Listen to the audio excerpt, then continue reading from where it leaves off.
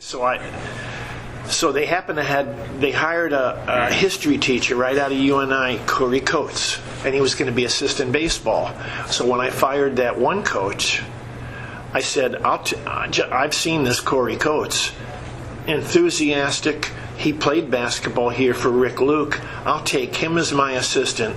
The assistant who wants the job, if he wants to stay on my staff, I'll let him coach the sophomore team and we'll be set. And that's what we did. That assistant wound up doing a pretty good job on the sophomore team. And then Corey was a great assistant of mine. And we were very lucky. My first year, I brought Brian Hart up as a freshman from the beginning of the year, and I wound up playing a freshman, 2 sophomores, 2 seniors. We went 11-10. You'd have thought we won the conference. They expected to win a couple of games, and after that, we won the conference my next 3 years. Yeah. And went to state for the first time ever. And we went twice. So that was a good situation. That was one of my favorite jobs. So, okay, then that was just 5 years there? No, 5 years. Okay. And then, and Kelsey was getting ready to look for colleges. I had coached at Loras for 2 years.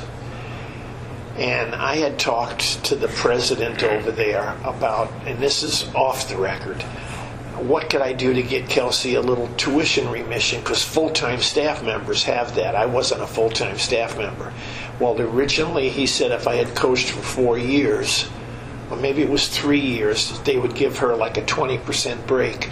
So if I went back to Loras and coached for 1 more year, and that was a year before she was getting ready, I gave up the West Delaware job and went over and coached with Chad Walthall for 1 more year so she could get that 20% tuition break each year on tuition, along with about 50% she got off for her academics.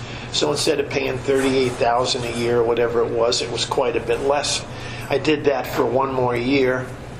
Didn't like working with Chad Walthall. It was way different than working with Lamb. Finished there. I went over and helped. Well, I looked for another job, and that's when Jeff Corkery hired me. I drove 60 miles after school. But see, I was able to travel because Hempstead was finished at 2:30 every day. All these other places were finished at 3:30. I'd hop in my car at 2:30. I'd drive all the way to Tipton, 60 miles. Jeff Corkery hired me. As long as I promised him, it was for more than 1 year, because he had already fired a coach who was not teaching in the district.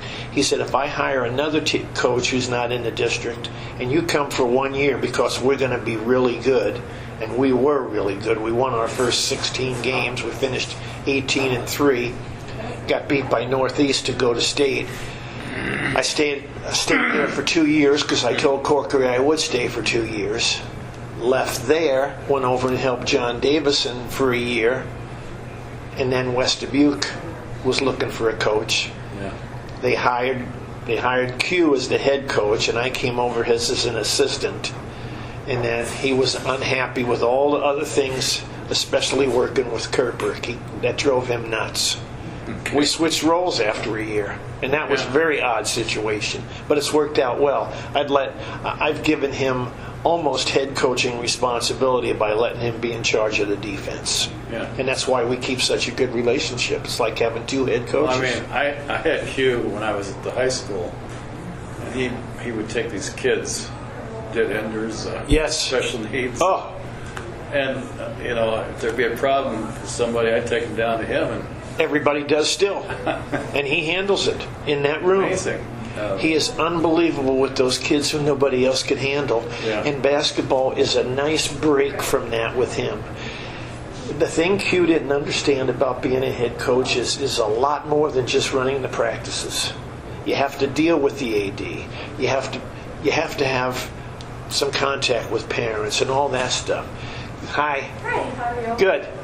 And he is really good on the floor. I mean, unbelievable practice coach. But all the other ramifications drove him nuts. That's why he only lasted that year. And he told me, he says, I'm finished. Unless they give you the head job, I'll be your assistant. Corkery called us both in. He says, Q, are you sure you want to give this up? And the biggest factor was he couldn't stand Kirkberg. Kirkberg tried to micromanage us. Wow. Is that And right? big time. Yeah. He says, I'm finished. And Corkery said, well, then we're going to probably give this job to Dennis. And he said, if you do, I will be his assistant. And I said to Corkery, I will take it, but there's going to be a change with Kirkbrick. He's not going to micromanage me. He's not coming in to tell me this, that, and everything else. He's a wrestling guy, and he doesn't know basketball worth a damn. Well, my first year, taking over, he tried the micromanaging. We got into several big arguments. I called Jeff, and I said, Jeff, I'm probably going to be finished after this year, too, because of Kirkbrick, just like with Q. He says, oh, not so fast. He moved Kirkbrick out of the building. Yeah. He went to Farley. And if he didn't, I was probably going to be finished. Yeah. The guy's not. He was a nutty micromanager. Everything.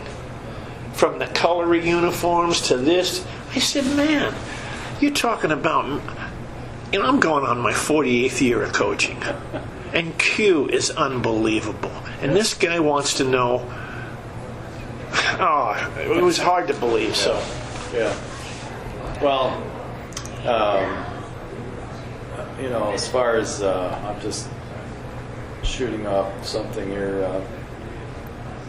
As far as developing the fundamentals for the kids, where do you tie in at what age and how does that work for you? Second and third grade, it starts at our camp. I mean, I think the kids that come to our camp, and our camp numbers are busting out of the roof. I have to keep hiring new coaches. We'll have 125 kids on June 19th. It used to be grades 3 through 8, but We can't get away from each other. I now let first and second graders in, mainly second graders, because the parents want the kids in there. But I did learn from Bill Fleming many, many years ago that fundamentals is the way to go, and so we really emphasize it with the travel teams, that Brian and all the parents start coaching them in the 3rd, 4th, 5th grade. I go to their practices. I stay in very close contact with the coaches, helping them teach fundamentals. Yeah, because I've seen programs don't go anywhere unless you got some development going on. And to me, around here, the Piasta Rec Center has made incredible difference. Incredible. We don't have to have open gyms every night because our kids are over there all the time. Yeah. All the time. Yeah. I had the director over there one time call me up and said I should have a cot here for TJ Lake.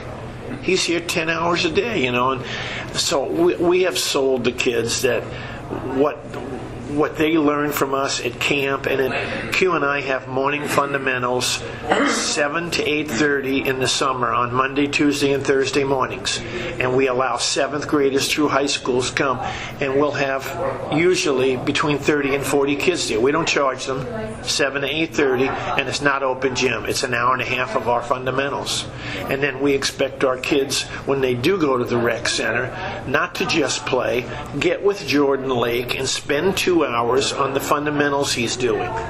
He's like a coach for us. I've seen him over there. Yeah. His ball handling routine is incredible. And he first learned that probably as a 3rd or 4th grader with us. Is he going to be ready to go this year? Yeah, he played his first games this past weekend for Martin Brothers on a limited basis, yeah. And we're going to our first shootout on June 3rd. Told his dad, I don't need him to play in that, because the following week he's going to the Augustana, South Dakota elite camp, and I don't want him to overdo it, because Jordan has a tendency to overwork. But he got complete clearance from his rehab people and the doctor in Iowa City, so thank God. We'll be pretty good with him next year. I would think so. Yeah. Outstanding. Well, one thing about Western Dubuque, I said back when I was coaching at West Delaware, because it was closer, my dream job would have been coaching at West Delaware, West Dubuque, traveling 8 miles from my house and not 30. Yeah. And I said, I thought Western Dubuque was a sleeping giant. The last couple of years, Jeff's, for whatever reason, the team faltered, and I don't know what the reasons were, but I thought that was a sleeping giant. Well, he ran out of He ran out of talent. Sure he did. Yeah. Because at any rate, And I think Jeff's a pretty good coach myself. my memory of the game at the U.S. Cellular Center. Yes. When Daly beat us. And I'm down there with the principal, and you guys are ahead at the start of the fourth quarter. Yes. I don't know, 7 points or. Anyway, we both said, well, we better go down to the other end with the students, because when we lose, then we'll be down there. And we start to walk. Yeah. And all the Yeah. rest, obviously, is That was history. a great team. That was an unbelievable team. Yeah. That was the toughest loss I've ever had. Yeah, I can see Yeah. what you're saying, because Yeah. it was a hell of a game. That was a special group of athletes that West About Dubuque had. Yeah. About the game we played at Beckman. Yeah. They had a closed circuit TV out there. Yeah. Unbelievable. Yeah. Anyway, well, thanks Yeah. Well, I'm glad so to help. much.